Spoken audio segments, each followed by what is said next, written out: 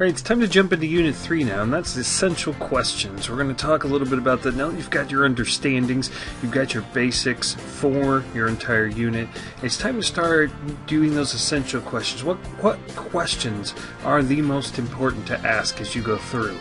So the first part, Chapter 4, basically deals with the 6 facets of understanding. When you're talking about breaking down an understanding and going into those essential questions, you can attack it from 6 different ways. Now, a couple of these are going to be very familiar because I think the first 2 are the 2 that we consistently hit in all areas of education. The first one being explanation. Can our students explain what they've learned? I think this is something that we have become very well versed at trying to get students to do. The second one is interpretation.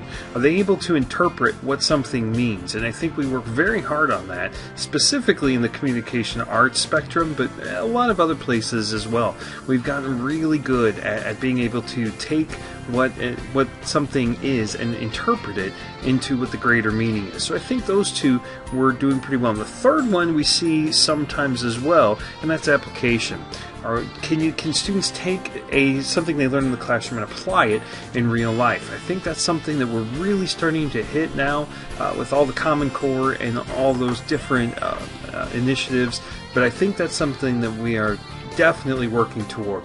Now the last 3, I got to tell you, I very rarely hit until I started using UBD, and I've really tried to incorporate that a lot more. The fourth one is perspective. Are students able to take what they've learned and look at both sides of an issue? And to say that there may not be 2 sides in math or communication arts or anything else, that's not necessarily the case. I'll give you one example. If you're doing a health class in PE and you are trying to get a vegetarian to understand why somebody who eats meat does so, can they explain that, why they would choose that lifestyle, and vice versa? Can somebody who eats meat be able to explain why a vegetarian chooses the lifestyle they do? So that's perspective. Are they able to passionlessly look at and explain both sides why somebody would do something like that? Now, to go a step further is to go into the 5th facet of understanding, which is empathy. Are they able to put themselves in a situation in somebody else's place? Now, this one obviously is not going to apply to all subject areas all the time. For example, it's hard for somebody to explain how a number feels in a mathematical equation. However, in a lot of other areas, empathy is a very strong skill, especially in social studies and communication arts. Are they able to go into To Kill a Mockingbird and tell how somebody would feel within that story or in that context, or any historical person in any time frame? And the last one, and this one applies to all skill levels across all areas, and this isn't something I started doing until the very end of my teaching career in the regular education classroom, and that was self-knowledge. Are students able to look within themselves and say, this is what I'm good at in this skill area, or in this big idea or this understanding, and this is where I need more help with, this is where I need to go forward? Self-knowledge is an extremely important tool for students to have. So if you combine those 6 facets of understanding, and you're certainly not going to hit all 6 in every lesson every day. There is no possible way that's going to happen. But throughout a unit, are you consistently hitting bits and pieces besides just the first 2, which are the 2 that we hit the most often? Are you hitting those last 4 occasionally throughout a unit? And if you are, you're going to have a deeper sense of understanding from your students.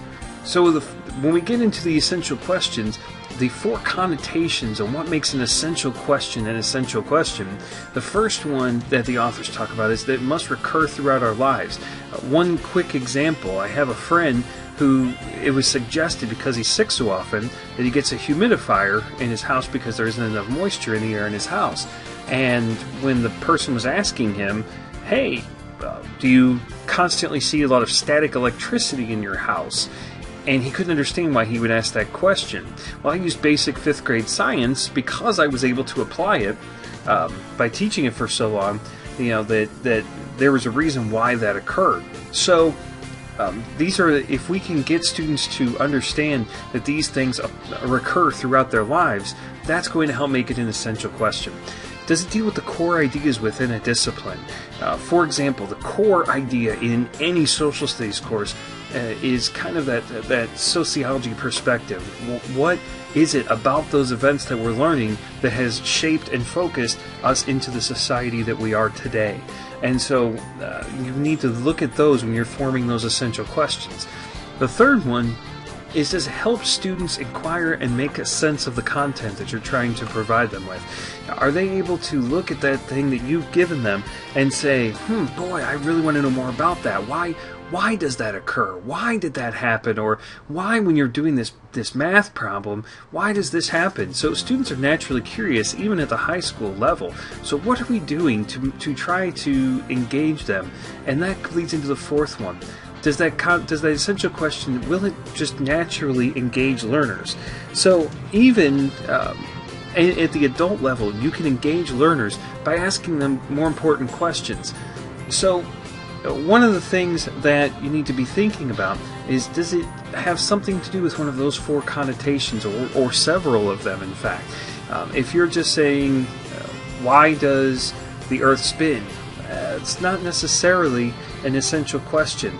But again, we also need to look at that sometimes we have to use lower level questions that build up to maybe an essential question. So maybe we have several essential questions within an understanding, but the first couple are building that foundational knowledge to get to the higher level ones, and sometimes that happens, and that's perfectly acceptable. So those are the different things. Read those 5 pages there, 108 to 112, to learn more about those connotations. A little bit more about essential questions. Can they be in skill areas?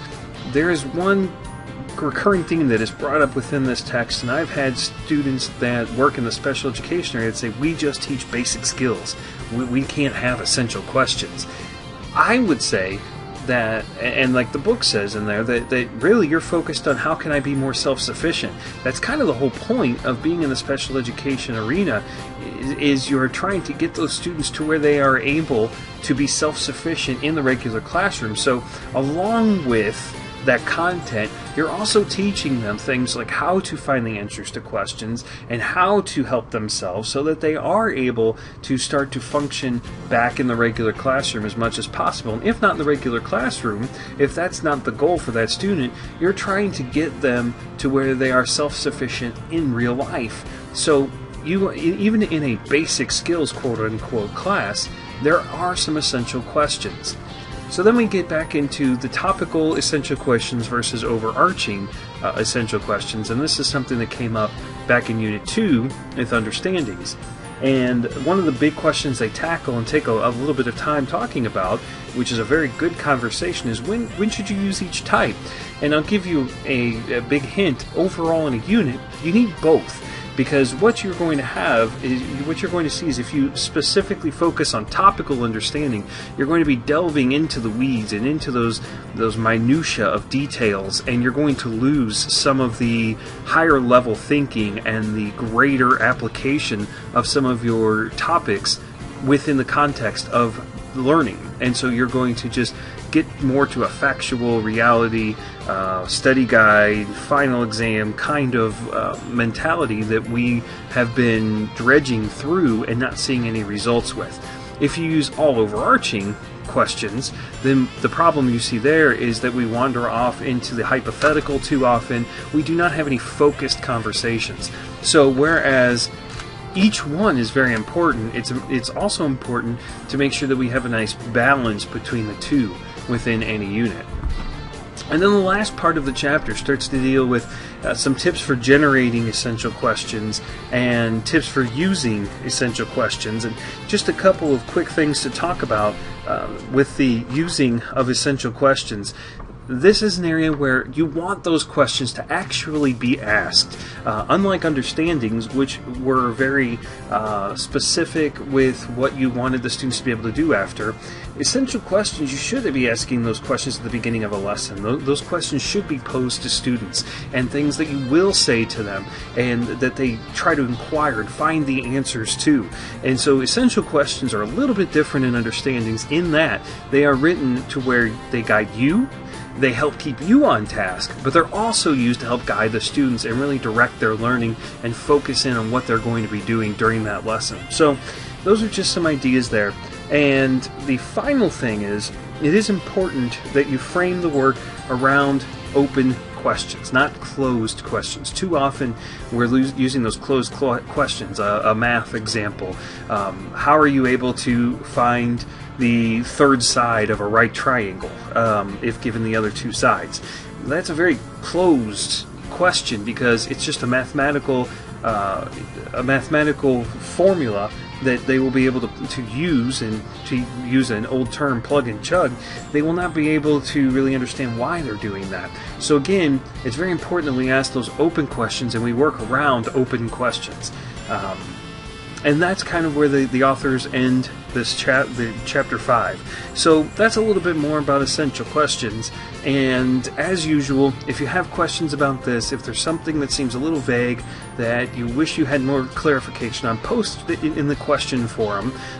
These are areas that will hopefully help guide us, help you really kind of develop the rest of your unit. Because after this, once you get into the essential questions piece and you've got your understandings and your essential questions, the next thing is you're designing your assessment. So it's important that you really have a good handle on where your unit is headed and what's going to be included in there, so that you know where to assess your students, what you want it to look like toward the end. So we're going to talk a lot more about assessment, but in the meantime, if you have questions, let's hear about them, because if you're thinking it, somebody else probably is too.